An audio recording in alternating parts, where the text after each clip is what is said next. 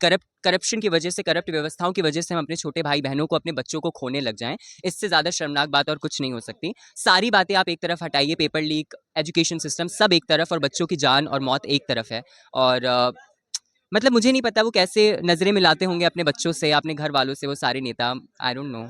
और हमने 22 बच्चों को खोया है, तो अभी अच्छाइयाँ बुराइयाँ सब साइड कर दीजिए। ये पूरा सिस्टम ही भ्रष्ट है सर, लेकिन धर्मेंद्र प्रधान एक ऐसे इंसान हैं जो अभी भी इतने सारे बच्चों के मौत के पीछे वो गुनहगार हैं। मैं उनको बहुत बड़ा गुनहगार मानता हूँ, क्रिमिनल मानता हूँ मैं उनको। प्ली की आवाज़ क्यों जाएगी, कविताओं की गूंज भी जाएगी, और यहाँ पर जितने बच्चे खड़े हैं, जितने परिवार खड़े हैं, उन सब की गूंज भी जाएगी, और जाएगी और पहुँचेगी, और कुर्सियाँ टूटेंगी और वो गिरेंगे। अरे अरे सर, कौन ही खदेड़ेगा? संविधान जब तक हमारी शील्ड बनी हुई है तब तक कोई नहीं खदेड़ सकता हमें यहाँ से। इन नेताओं का ना, इन लोग का बहुत पुराना है, ये बीजेपी के जितने अंकल व्हाट्सएप यूनिवर्सिटी वाले हैं ना, इनका ही बहुत पुराना है कल्चर कि ये जब कुछ नहीं कर पाते हैं तो सिर्फ मॉक करते हैं। तरह तरह के नामकरण तो इनकी फेवरेट हॉबी है। अलग अलग नाम रखेंगे, अलग अलग तरीके से मॉक करेंगे। अभी recently I was seeing a meme, जो बिहार के छपरा के एक युवा बीजेपी मोर्चा के कोई अंकल टाइप्स हैं, वो खुद को युवा बोलते हैं वैसे। उन्होंने एक मीम बनाया हुआ था एआई से, मेरा और उज्जवल का ऐसे नाचते हुए, और उसको बहुत सर्कुलेट करा गया इधर उधर।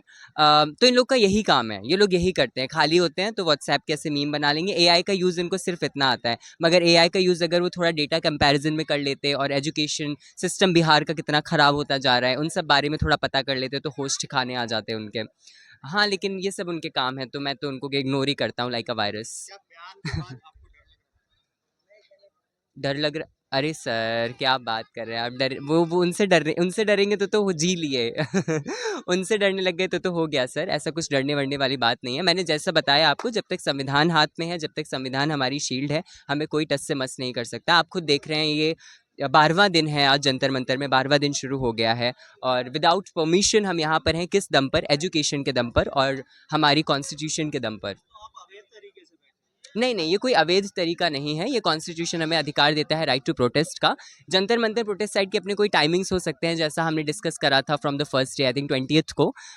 तो हमने ये मांग रखी थी उनसे कि अगर जंतर मंतर नहीं तो हमें कोई और दूसरी साइट दीजिए, लेकिन कॉन्स्टिट्यूशन में कोई प्रावधान नहीं है कि अ, कोई टाइम का कोई प्रावधान नहीं है कि प्रोटेस्ट इतने बजे से इतने बजे तक होता है, ऐसा कॉन्स्टिट्यूशन में कहीं नहीं लिखा है। इस जगह का अपना टाइम हो सकता है, तो ये जगह हटाएं, हमें कोई दूसरी जगह दें, लेकिन प्रोटेस्ट 1 मिनट को भी नहीं रुकेगा जब तक वो रिजाइन नहीं करते, एज पर कॉन्स्टिट्यूशन। या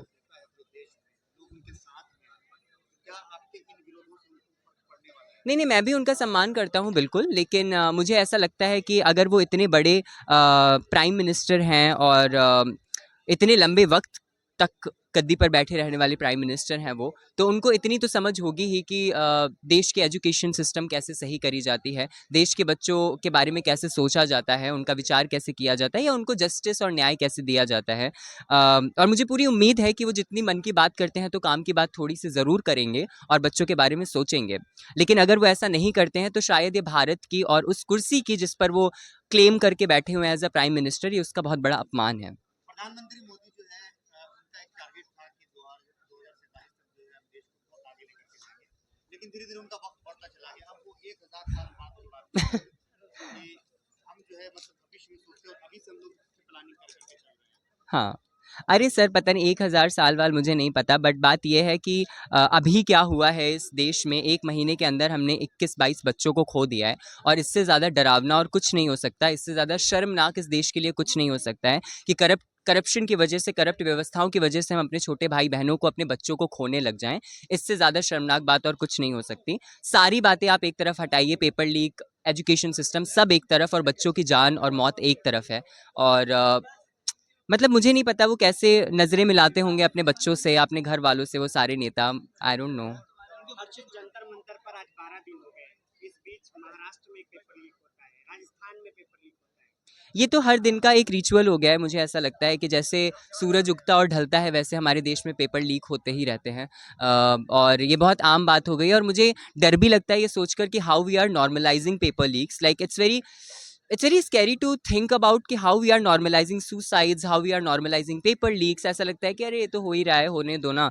और ये सब ये सब कुर्सियों पर बैठे लोग ही कर रहे हैं, यही लोग इसको नॉर्मलाइज कर रहे हैं, और जनता भी कहीं ना कहीं जो आंखों में अंधभक्ति की पट्टी बांधकर वोट कर रही है ना, वो भी इन सब चीज़ों को नॉर्मलाइज कर रही है। मुझे डर लगता है सोचकर कि जिस दिन हमारे खुद के बच्चों पर आएगी ना ये बात, हमारे छोटे भाई बहनों पर आएगी, तब यकीन होगा। You won't believe, I recently met a father, उनके बच्चे ने सुसाइड करा है, और उन्होंने मुझे ऐसे काँपते हुए हाथों से बताया कि मेरा पूरा परिवार बीजेपी को वोट कर रहा था, आरएसएस को वोट कर रहा था, और जब उन्होंने अपने बच्चे को खोया है, एक भी मंत्री ने, उनके दोस्त हैं वो बीजेपी वाले, आरएसएस वाले, किसी एक मंत्री ने उनको एक अपॉलॉजी मैसेज, एक सिंपैथी मैसेज तक नहीं करा। How shameful it is.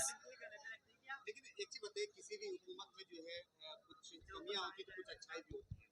तो प्रधानमंत्री मोदी का कुछ काम आपको अच्छा लगा है? सर, अच्छाइयाँ होती होंगी, मैं बिल्कुल नहीं मानता, होती हैं, हैं भी बहुत सारी, लेकिन मेरे लिए इंसानियत बहुत मायने रखती है, मेरे लिए बच्चों की जान बहुत मायने रखती है, और अगर इस देश में एक बच्चे की भी जान इस करप्शन की वजह से चली जाए तो ये बहुत बहुत शर्मनाक बात है, और हमने 22 बच्चों को खोया है, तो अभी अच्छाइयाँ बुराइयाँ सब साइड कर कभी तो मोदी दीजिए। गवर्नमेंट में रही है ना। सर, एक कमी होती है और एक बच्चों की मौत की बात होती है। एक चीज बताइए, आपको सिर्फ धर्मेंद्र प्रधान से प्रॉब्लम है या पूरी हुकूमत से प्रॉब्लम है आपको? ये पूरा सिस्टम ही भ्रष्ट है सर, लेकिन धर्मेंद्र प्रधान एक ऐसे इंसान हैं जो अभी भी इतने सारे बच्चों के मौत के पीछे वो गुनहगार हैं, मैं उनको बहुत बड़ा गुनहगार मानता हूँ, क्रिमिनल मानता हूँ मैं उनको। उनकी व्यवस्था की वजह से हमने बच्चों को खोया है, ये सुसाइड नहीं था, ये मर्डर था करप्शन की वजह से, और वो इंसान अब भी कुर्सी पर बैठा है, ये बहुत शर्मनाक बात है। यहाँ पर इतने सारे लोग खड़े हैं, आप खुद बताओ, आप जो भी नौकरी करते हो, आप जिस भी पेशे में हो, आपसे सबसे बड़ी एक्सट्रीम गलती क्या हो सकती है कि आपकी नौकरी की वजह से किसी की जान चली जाए, और इस इंसान की नौकरी की वजह से, इस इंसान के भ्रष्ट व्यवस्था की वजह से हमने 22 बच्चों को खो दिया है देश में। ऐसा लग रहा है आधुनिक दौर में डबली की आवाज नरेंद्र मोदी के गानों तक जाएगी। सिर्फ ढपली की आवाज़ क्यों जाएगी, कविताओं की गूंज भी जाएगी, और यहाँ पर जितने बच्चे खड़े हैं, जितने परिवार खड़े हैं, उन सब की गूंज भी जाएगी, और जाएगी, और उन पहुंचेगी, और कुर्सियां टूटेंगी और वो गिरेंगे।